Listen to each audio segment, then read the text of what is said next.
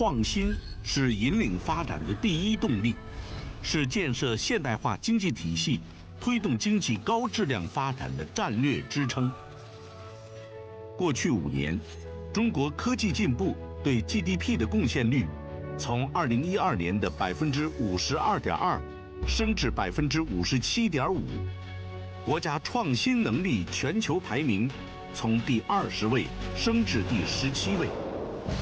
蓝鲸1号、天野、大飞机、国产航母，一个个大国重器精彩亮相，让国人自豪，世界赞叹。而这些举世瞩目的成就背后，无一不体现着中国集中力量办大事的独有优势。机制、人才、金融，如同细密如织的神经网络和血管，不断滋养着中国的钢筋铁骨。这是制造重器的另一种重器。中国独有的制度沃土，正汇聚起最持久、最深层的创新力量。3层的落叶当中，完成了型号的研制。广东珠海，世界上在研最大的水陆两栖飞机 AG600进入到最后的冲刺阶段。我们所从事的是一项伟大的航空工程。总设计师黄岭才正在主持首飞前的最后一次动员会。举国家之志及行业之力。参加动员会的是全国30多家研制单位的代表，从总装开始，他们就驻扎在这里，随时待命。全国150多家企事业单位，10余所高校，超过10万科研人员参与了 AG600的研制。大飞机制造是一个庞大的系统工程，需要一个国家完整强大的工业体系支撑。AG600的研制是一个复杂的系统工程，这是一次跨行业、多领域的自主创新。大家有没有信心？大型应急救援装备是中国急需填补的空白。可以在陆地和水面起降的 AG600，能在20秒内集水12吨，一次灭火面积超过4000平方米。它每次最多可以救护50名遇险人员，速度是救捞船舶的10倍。此前，全球拥有大型水陆两栖飞机的俄罗斯和日本，全都是在国防部门的主导下才完成研发。大型航空装备的背后，比拼的是国家实力。中国航空工业60年的积累，让 AG600从开始总装到首飞，仅用了2年时间。关键工序上，年轻人已经全面接棒。装配人员要确保每一个接口都涂上特种防水胶。前端研发人员与现场生产装配技术人员同场办公，随时调整装配的设计细节。这是一项大型的集体创作，国家规划下的协同合作，让 AG600的研制速度全面提速。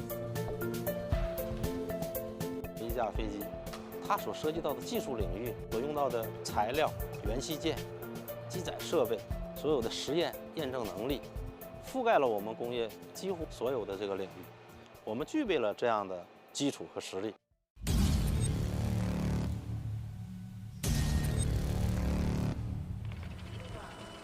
凝聚了全体工程技术人员的这个大型作品，迎来了最期待的时刻。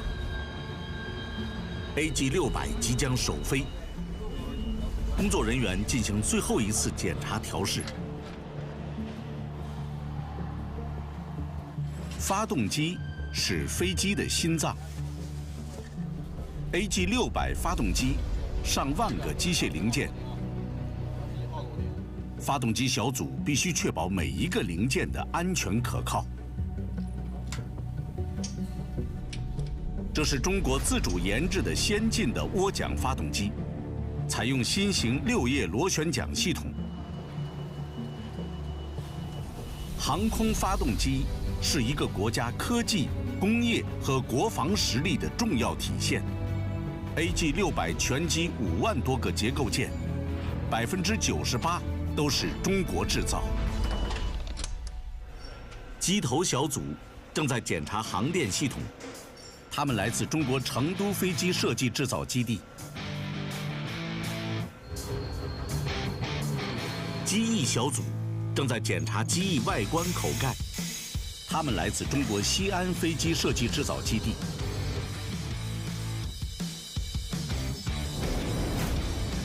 起落架小组要确保胎压和液压系统万无一失，他们来自长沙，中国最大的飞机起落架研发基地。像 AG600这样的大型航空装备，至少需要57个尖端技术领域的支撑。今天的中国工业实力，已经可以依靠自主研发就制造出世界一流的水陆两栖大飞机。从我个人来讲，我都会觉得无比的自豪。为什么？只有我们这样的国家，才能够集中力量办大事。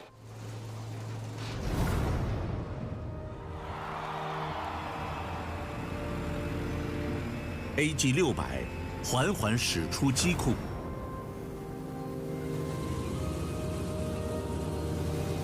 在地面指挥员的指挥下，4台涡桨发动机依次启动。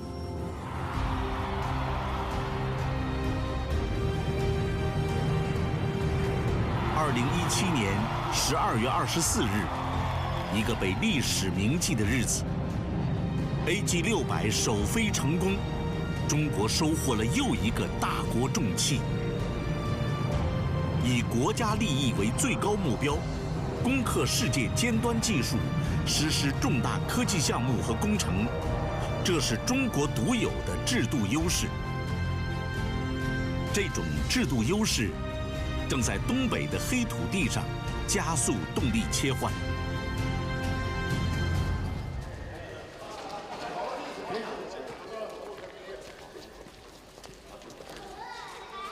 哈尔滨电机厂迎来了它66年历史上最特殊的一天。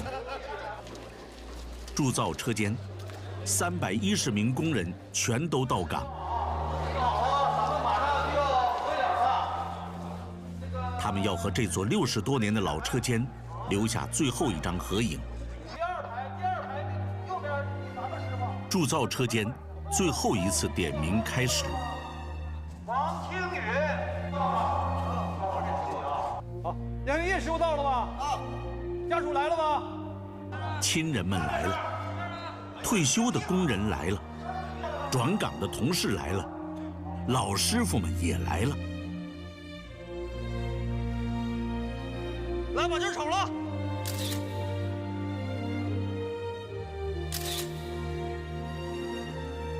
这笑容是向一个时代告别，这笑容里更饱含着新的希望。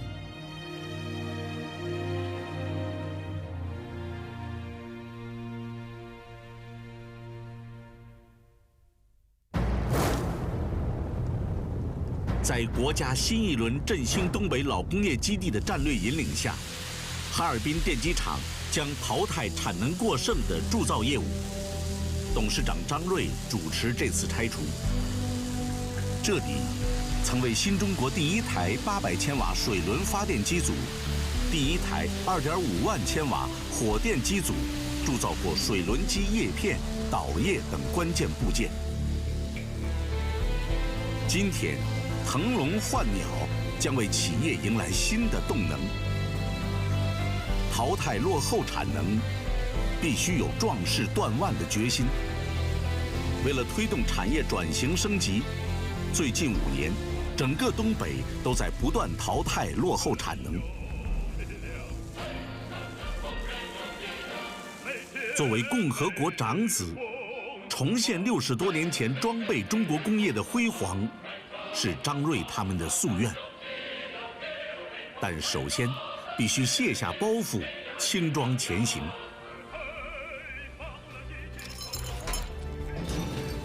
这对我们来说，我们还是要下决心，把这个落后的产能把它去掉，把这个包袱卸下来，然后把我们的这个力量集中在我们核心的能力上。6个月后，这里将成为新型发电设备制造车间，生产全球最先进的发电装备。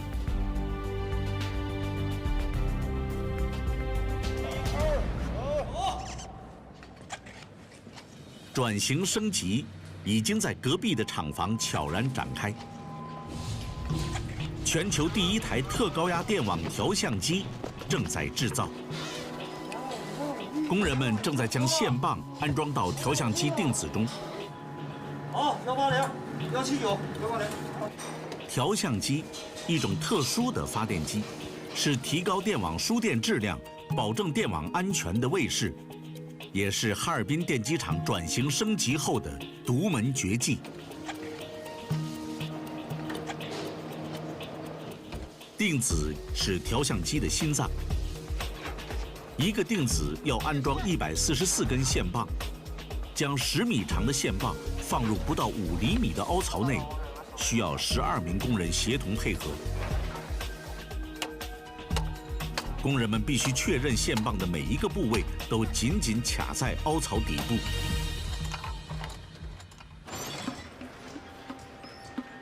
哈尔滨电机厂制造定子的技术现在已经达到世界一流水平。核心技术秘密之一就在这些工人手里。工人们正在编织铜线，利用铜线上特有的弯折，将70根铜线像拧麻花一样编织成一根线棒。这些小片的绝缘材料是线棒中最重要的部分。铜线每一个边花处都要塞上一片绝缘材料，位置必须精准，哪怕有一处0.1毫米的间隙被击穿，都会危及整个电站的安全。老工业基地要创造优势，创新是唯一的出路。这是工程师们自主研发的绝缘材料自动包带机。一根线棒需要包裹23层绝缘材料，线棒长10米，有4个弧度不一的转角，混扎要一次成型且均匀整齐，必须悬在空中完成。绝缘材料和线棒制造工艺是全球发电机巨头们保密性最强的技术，是占领电机高端市场的重要武器。中国工程师们已经攻克。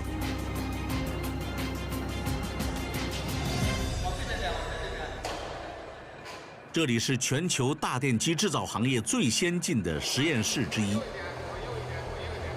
过去5年，国家先后投入3200万元支持这个实验室的建设。总专业师潘延明要对最新研发的新型线棒做击穿试验。升压，升压了。线棒的绝缘材料必须能在60秒内经受住170千伏电压的反复试验而不被击穿，才算研发成功。此前，全球还没有一家电机制造巨头能够通过试验。升压100。166、167、168、169、170到20秒。电压升到170千伏3、2、 60秒，线棒安然无恙。潘延明继续升高电压，挑战线棒的极限值。过去5年，就是在这间实验室里，他们已经做出了50多项研发成果，赶超欧美。再升一点儿。完了。电压升高到180千伏，线棒达到极限值。这是全球核电机组绝缘技术的新纪录。这意味着中国在世界舞台上拥有了大容量核电站的关键发言权。正如习总书记所说的那样，中国经济要向高质量发展，我们就要努力研发出更高质量的电子线棒。现在我们特别有科研的动力和创新自信，因为站在我们背后的是强大的国家。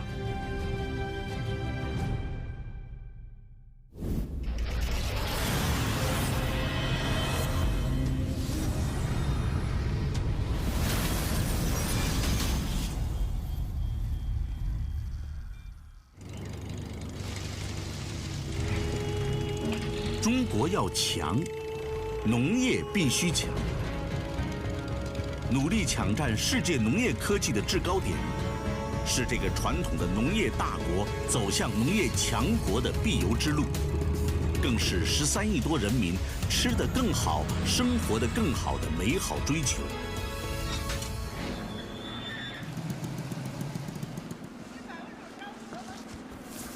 清晨5点，寿光农产品物流园迎来了一天中最忙碌的时刻。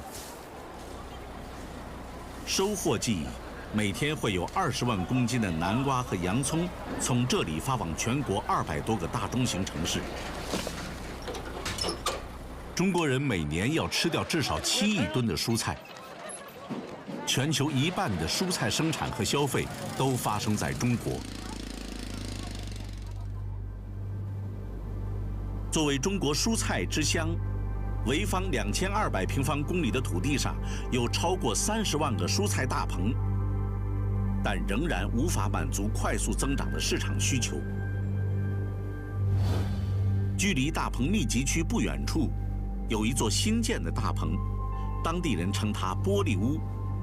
这座大棚的面积是传统大棚的15倍，全部用玻璃搭建。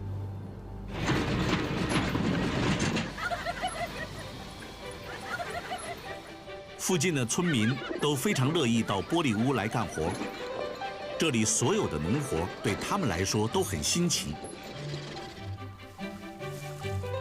蔬菜完全脱离土壤，在水里长大。传统大棚一年最多产8季蔬菜，但这里一年能产18季。利用先进的自动化设备，村民们只需要站在原地就能完成采收。很容易，我们就学会了，掌握了很多知识哈，比我们在家种地的活儿也是轻松多了。低成本、高效率，这是中国现代农业的发展方向。郭磊，这座玻璃屋的主人，每天他都会到大棚巡视，检查设备的运行情况。早晨8点，大棚感应到太阳升起的光线变化，自动打开遮阳网，让蔬菜享受充足的阳光。水位低于蔬菜根部的时候，供水系统会自动补充水分。自动育苗机每秒能播下81棵苗，工作效率是人工的50倍。郭磊曾经是中国驻以色列大使馆的商务人员。3年前，他下决心要把世界上最先进的智能大棚技术带回祖国。中国制造2025里特别提到了要补齐现代农业装备短板，国家需要的就是我们要做的。正是依靠这样的科技创新，以色列只用了2.2%的农业人口就养活了880万国民。但是采用进口设备和技术，大棚成本高达3000万元。我真正的梦想呢，是要把这个水培技术进行进一步的创新，降低它的成本，然后让这个老百姓呢都能够用得起。郭磊改造升级的第一批智能大棚，今天就要封顶。大棚宽20米，长100米，面积是普通大棚的2倍。好，过来，进来。在钢筋骨架上，给顶棚铺上塑料薄膜，是传统大棚建设经常能看到的景象。现在郭磊也用在了智能大棚上。单体的体积越大，单位成本的造价就越低，而且更节约土地。村里请来了100多位建棚高手给郭磊帮忙，大家分成小组，同时拉拽塑料薄膜。薄膜必须完全拉紧，否则如此大面积的顶棚很容易被风雨压垮。这是完全按照中国方法建造的新型智能大棚。大棚的受风面用传统土墙替代了造价高的玻璃墙，能在寒冷的冬季最大程度减少热量流失。这种山东潍坊农民发明的冬暖式蔬菜大棚，在30年前结束了中国北方冬季只能吃到白菜萝卜的历史。中国自古以来就不缺乏田间管理的智慧。用传统的塑料薄膜代替玻璃，可以将整个建棚成本每平方米降低800元。但郭磊还要进一步改造升级，做出中国人自己的农业新装备。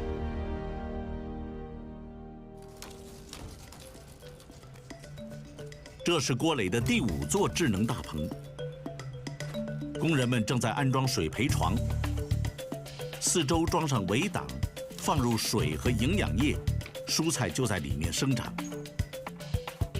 以色列智能大棚里的水培床，为了方便采摘，是用80公分高的镀锌方管架起铁板，每平方米费用接近800元。而郭磊他们的方法是在地面下挖一个1米深的通道，每平方米造价只需300元。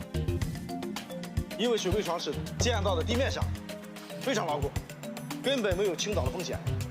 将来建成之后啊，我们的工人就是站在这里，这样种菜和收菜，非常的方便高效。打开测试一下，对，已经打开了，有一组天窗在动了。新大棚里，郭磊开始测试最核心的智能控制系统。把风机打开一下。通风装备、温度、湿度、养分供应，全都由电脑控制。中国自主制造的这套系统，未来可以控制16座大棚。局长，我们下面测试一下这个肥料控制系统哈。我打开肥料面板的总开关。肥料泵是郭磊最关心的装备。2个肥料泵控制着这座大棚里100个水培槽的营养供给。控制系统采集到的水肥比例数据都会实时显示。看来我们这个肥料系统工作一切正常。水肥一体化能减少化肥使用，修复板结的土壤，是全球公认的高效节水节肥的农业新技术，更是中国急需补上的农业短板。中国提出，2020年将水肥一体化应用面积增加到1.5亿亩，未来会有更多便宜的绿色蔬菜在这些大棚里诞生。这些国产新型智能大棚，总成本已经比国外降低了80%。把中国人的饭碗牢牢地端在自己的手中，我觉得我们这代人有责任、有义务贡献自己的一份力量。每年国家3万亿元的投入，正全面装备中国现代农业。到2020年，全国农作物耕种收综合机械化率达到70%左右。更大胆的设想和改造，已经在郭磊的规划之中。这片矿坑，郭磊经常来，在废弃的矿坑上建设一个智能大棚，上层搞种植，下层矿坑改造成池塘搞养殖，上下水循环利用。这将是农业发展与生态修复的完美结合。绿水青山就是金山银山。我真的希望，当我们把这个矿坑的成本降低下来之后，可以在戈壁滩上，在沙漠里边，在盐碱地上，都建设这样的蔬菜大棚。把这样的地球的伤疤变成美丽的菜园。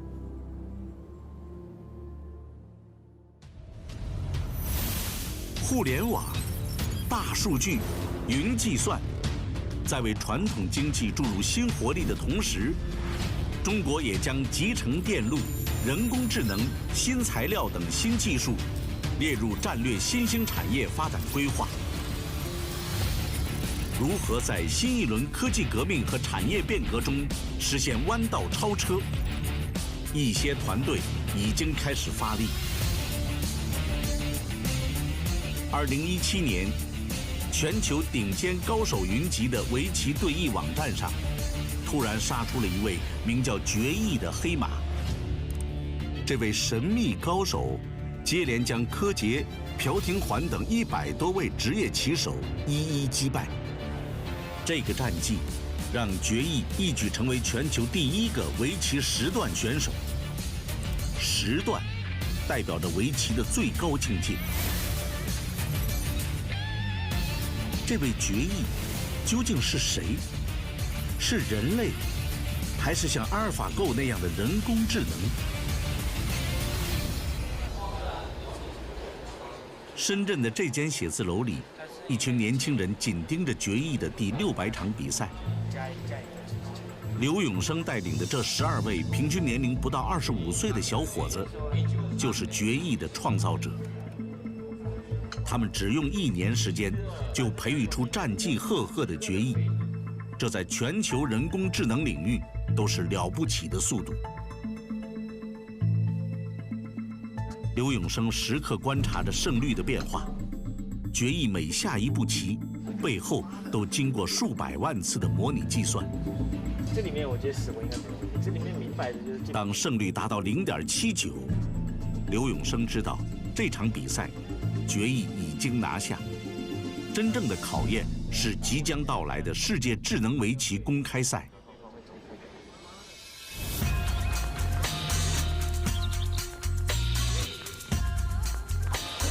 这是全球规模最大、最权威的智能围棋公开赛，已经举办了10届，31支队伍参赛，堪称围棋人工智能界的奥运会。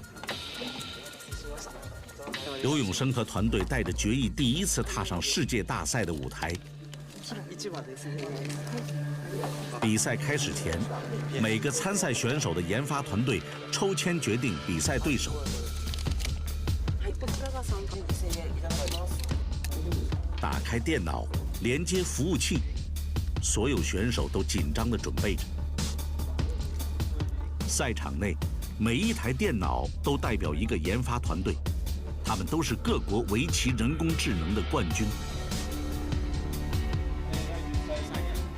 比赛开始前，大赛组委会突然宣布了一项比赛规则。组委会要求，比赛全程任何人不能触碰电脑。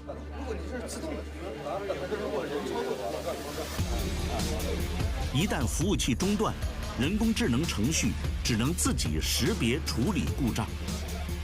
这让现场的气氛一下子紧张起来。如此严苛的比赛规则，考验的是31支队伍人工智能算法和大数据运算的综合实力。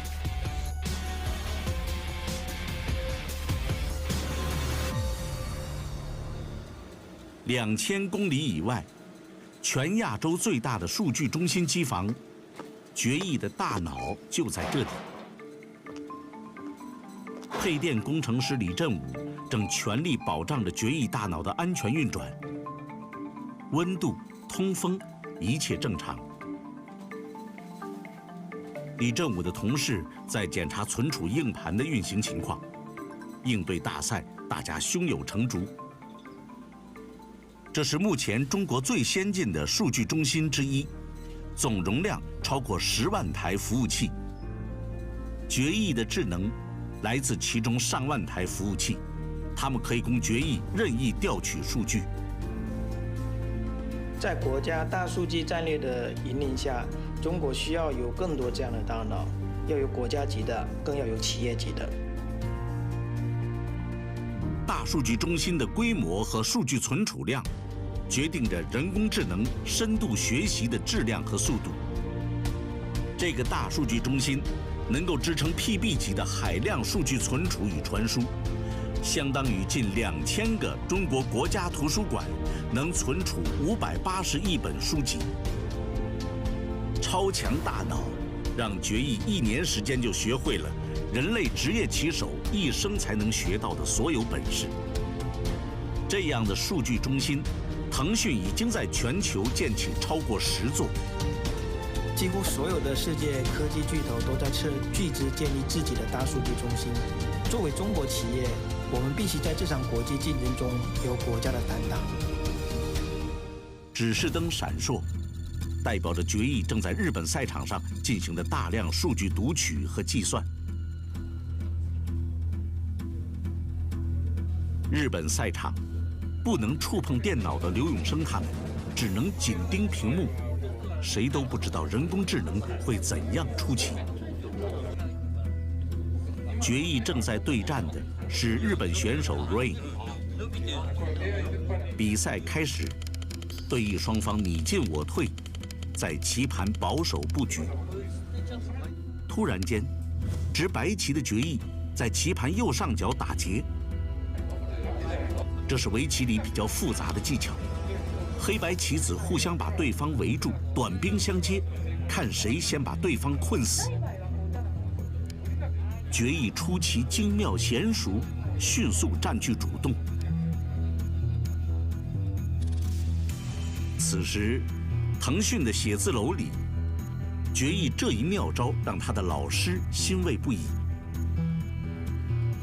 这位师傅就是有天才棋手之称的世界冠军罗喜和。决议每一场比赛，他都会这样观察，哪一步走得不好，都会立刻标注出来。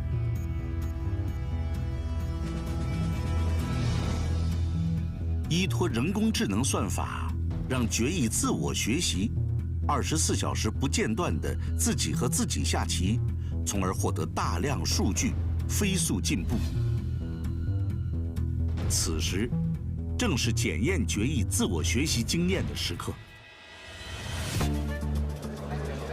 日本赛场上，决议已经来到了决赛的位置。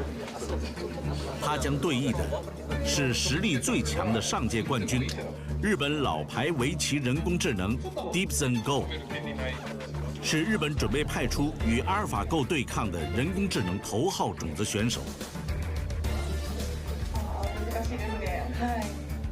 主办方特意请来职业棋手，现场讲解2大高手的招数。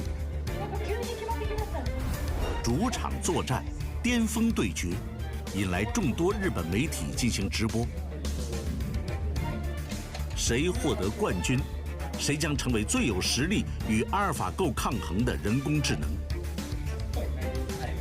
双方焦灼厮杀到第120手。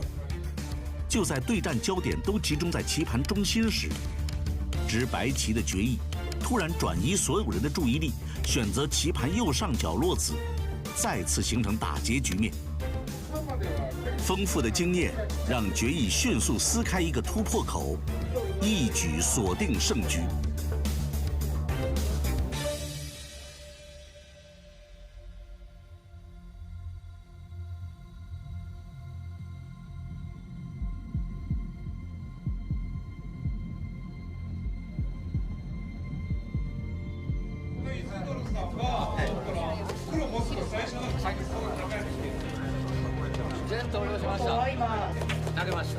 现场静默了整整10分钟。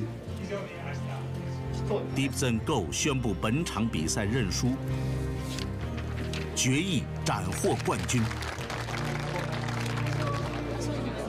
程序跟他的程序比起来，实在是强太多了。那次比赛学习到了非常受益。决议的惊艳表现，让中国研发团队成为全场焦点。比赛对手纷纷找刘永生他们交流研发心得。这个拥有纯正中国血统的人工智能决议，以实力展现了中国的科技研发力量。全球人工智能竞赛中，一大批中国企业率先站到了第一阵营。人工智能是目前所有大国都在竞争的核心战场。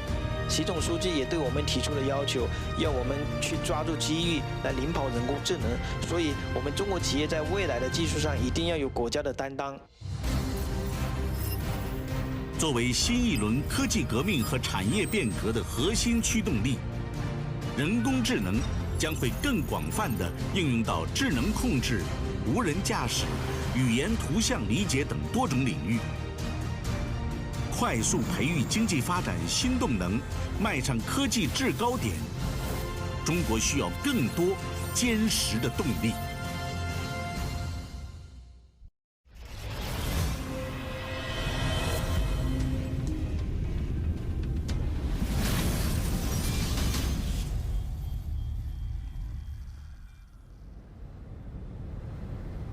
一个国家综合国力的竞争，说到底是人才的竞争。放眼全球，汇聚英才，一个具有全球竞争力的人才制度体系正在中国加快构建。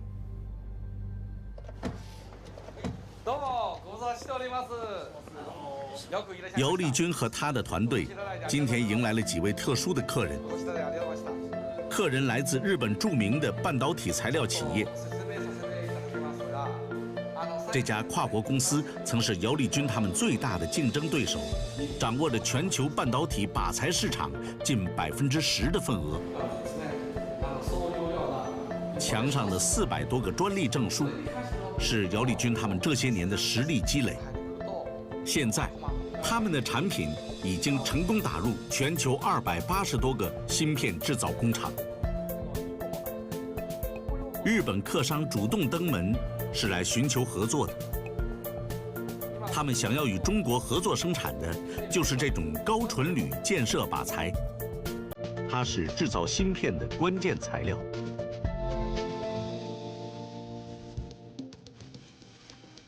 芯片是中国输不起的战略领域。中国每年芯片进口的花费已经超过原油。现在，从基础材料到制造技术，中国有数十家企业正在这个领域奋力填补空白。姚立军的信心来自这间全球最大的集成电路靶材机加工车间。精密加工用的装备，100%都是中国自己制造。刀头要从靶材表面削掉5微米，芯片表面才能像镜面一样光洁。这些国产数控机床的加工精度完全可以和进口机床媲美，价格却只有1/6。品質的にはトップレベル。おそらく今の状態だと世界ナンバー1です。もうそれはもう素晴らしいという一言に尽きると思います。私がやりたかったことをね、ほぼ100% やってると言ってもいいのが一つと、やっぱり若い人たちがその活気をずっとまだ引っ張ってるっていうのはね、本当に羨ましい。姚立军是国际上掌握高纯度金属靶材核心技术的少数专家，在千人计划的感召下回国创业，冲进这个领域的全球第一梯队，是谈判中最有分量的中国筹码。江峰電子としてメジャーになって中国なりの経営の仕方をして。几年前，同样是在这个座位上，一度陷入生存困境的姚立军，险些同意被外国企业收购。在最艰难的时候，是国家拉了他一把。我们拿到第一笔02专项的资金的时候，对我来说，这笔支持不仅仅是资金的问题，是一份信心，告诉我你做的事情是国家需要的，同时国家将用最好的条件，尽可能的去支持你把这件事情做成。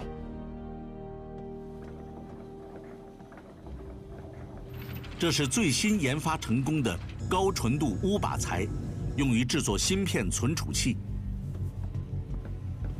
突破它的研发小组，是姚立军的专家团队手把手带出来的年轻人，平均年龄不到29岁。全球芯片靶材目前有10多种，姚立军他们已经能生产其中8种，未来还会有更多的新型靶材诞生在这些年轻人的手里。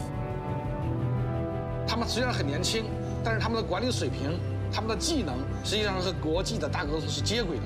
我们在同一个水平上在竞争了。更积极、更开放、更有效的人才政策，正吸引更多的领军人才向武汉、合肥、广州、深圳这些创新型城市聚集。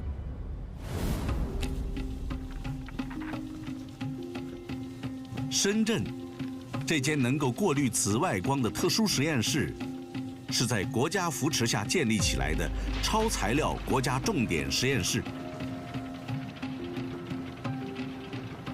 材料博士金希和团队正在生产超材料。这块长80厘米、宽60厘米、表面镀铜的特殊材料，是超材料加工的基础材料。技术员江浩首先给材料贴上了一种可以曝光显影的薄膜，利用胶卷曝光的原理，加工后的材料显现出2万个印花图案。这些2毫米大小的图案里，有上万个肉眼看不见的人工微结构。微结构的大小、形状、线路分布是超材料的核心技术。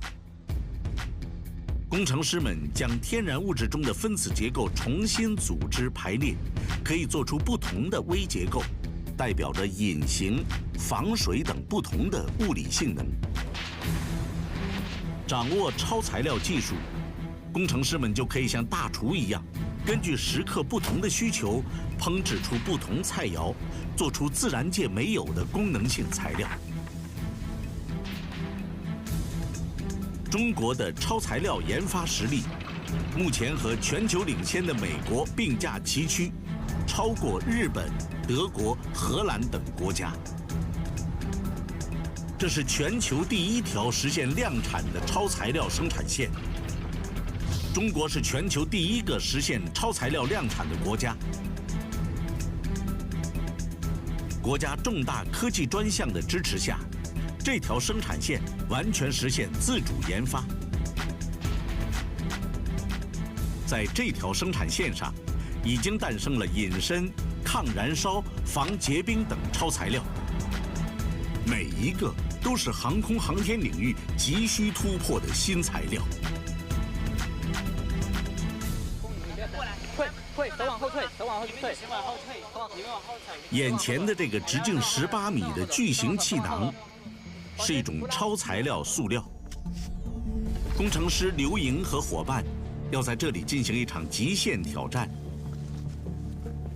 6个月后，他们要用这种超材料制造浮空气球，携带生命体进入临近空间。临近空间位于距离地面20公里到100公里的空域，是现代太空竞赛的核心区域。800帕的极限压力下，气囊不发生爆裂，才算挑战成功。气囊由62瓣超材料塑料拼接而成。凌空飞行器重量要足够轻，这种超材料塑料仅有40微米厚，77公斤。除了轻，材料还必须抵御住临近空间强紫外线的辐射，这都是普通塑料不具备的功能。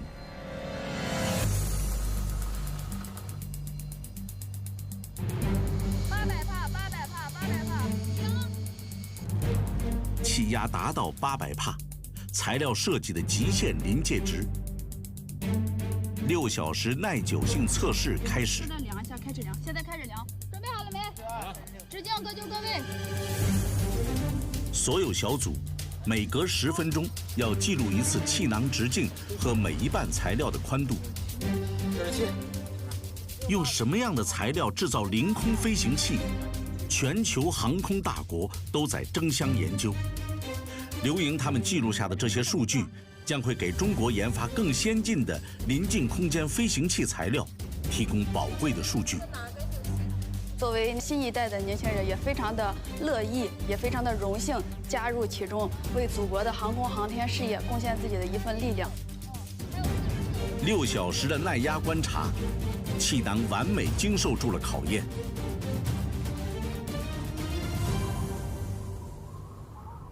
这是值得期待的一天。今天，空间飞行器团队将在这里放飞旅行者3号凌空飞行器。它将携带一只小乌龟，这是人类首次携带生命体进入临近空间。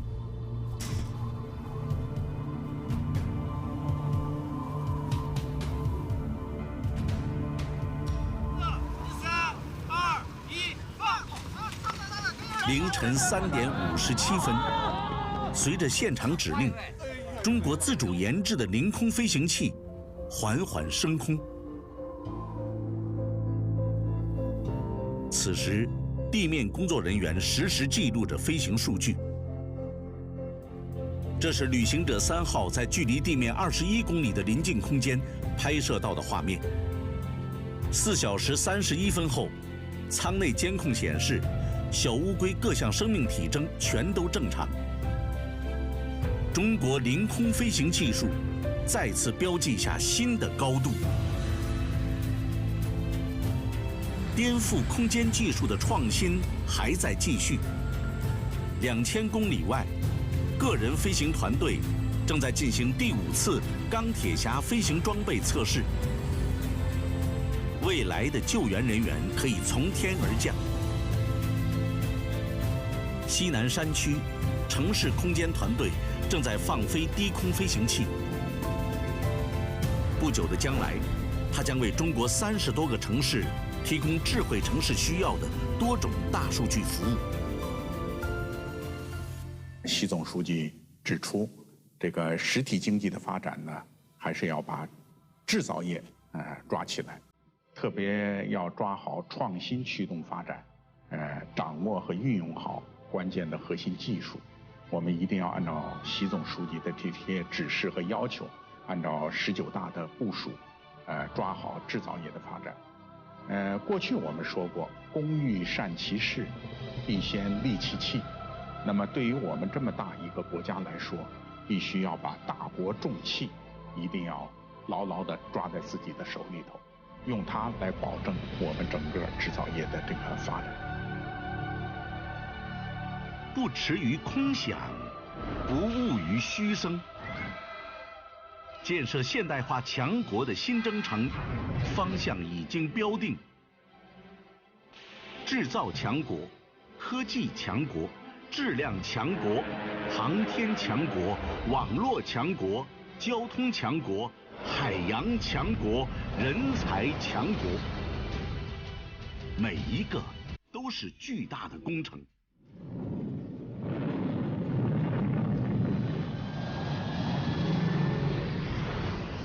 一个个大国重器，正在人才创新、制度创新的沃土上生根发芽，枝繁叶茂。